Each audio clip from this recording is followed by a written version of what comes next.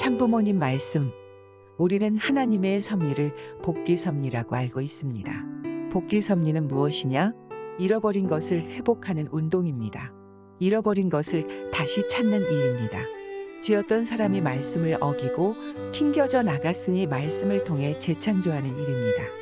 몸을 통할 수 있는 말씀도 잃어버렸고 하나님의 심정을 잃어버린 타락한 인간이기 때문에 말씀, 곧 진리를 찾아야 합니다.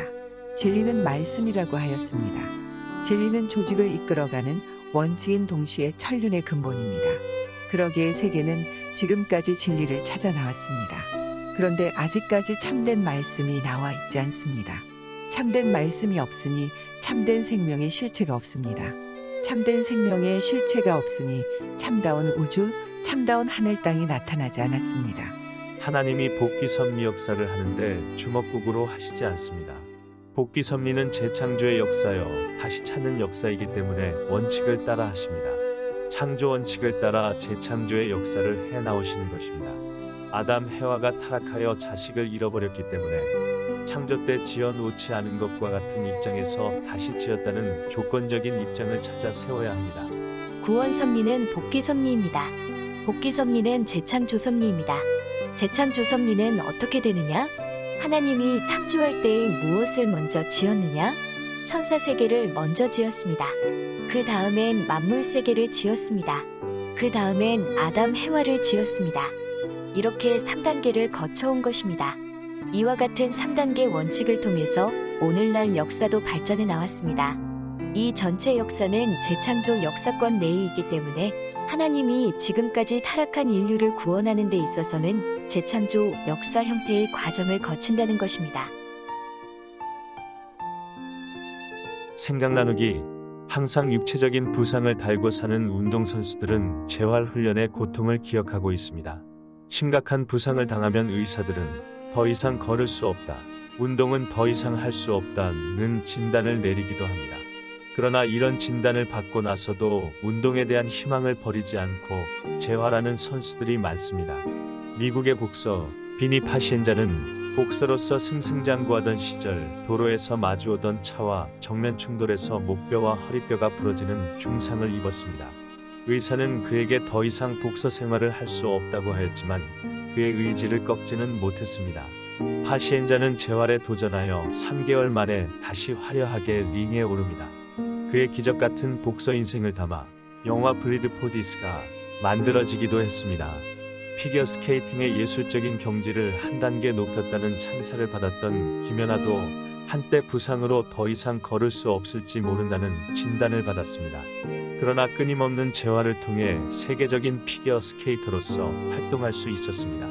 재활의 과정은 고통스러운 재창조의 과정입니다. 부상당한 부위는 물론 주변의 신체 부위까지 모두 다시 창조해야 하기 때문에 과학과 의학이 총동원되어 재활의 설계가 설정되면 그에 따라 단계별로 회복의 과정이 이루어집니다. 또한 평범한 의사가 아닌 전문의를 만나야 정확한 진단과 설계도를 따라 재활을 할 수 있습니다.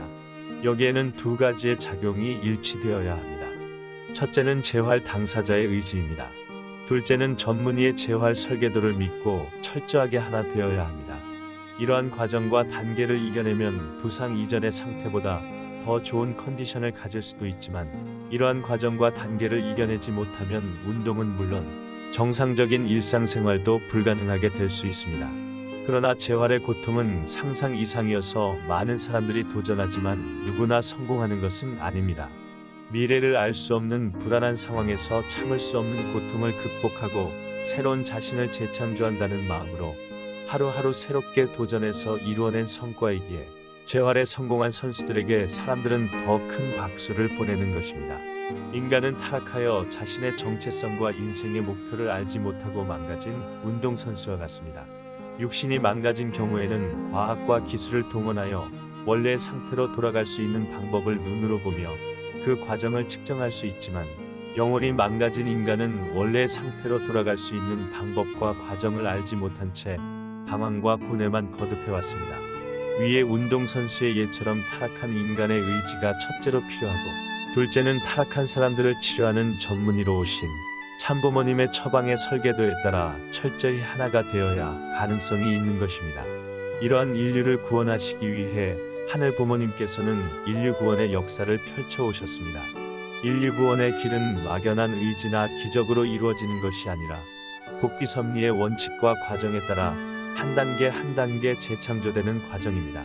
복귀 섭리의 역사에 따라 하늘 부모님께서는 때로는 상상할 수 없는 고통과 미래가 보이지 않는 불안으로 중간에 포기하거나 실패하는 수많은 인류를 보아왔습니다.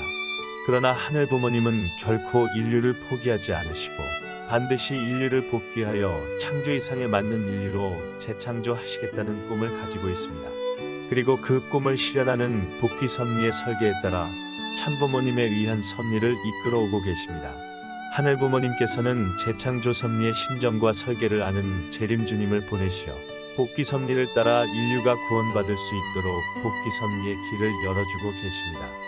그 심정과 사랑을 받아 복귀 섭리에 동참하는 우리가 되어야 하겠습니다.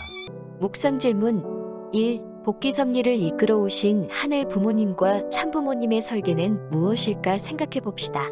2. 하늘 부모님의 뜻을 이뤄드린 복귀 섭리의 중심 인물을 생각해 봅시다. 그들은 어떻게 복귀 섭리를 이룰 수 있었을까요?